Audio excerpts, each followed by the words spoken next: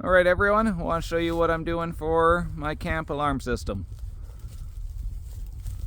Pretty fun. There's my barrels, clipped to each other. The barrel with the barrel harness, strapped to a tree at the bottom. My alarm system tied off at the top. Anything moves the barrel, it's going to pull that alarm. This is a Fossman alarm. Water resistant, LED flashlight, strobe light, and my camp security system.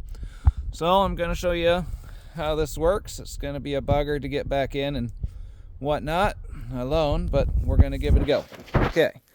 Roar, a bear! Okay, so now I wake up, get out of my tent. Hopefully it scared the bear away.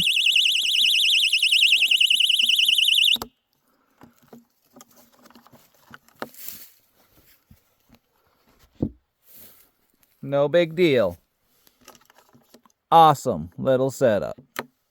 Alright everyone, tell me what you think, and if you like my ideas, buy one in my store. Alright, Cedaria Innovations out.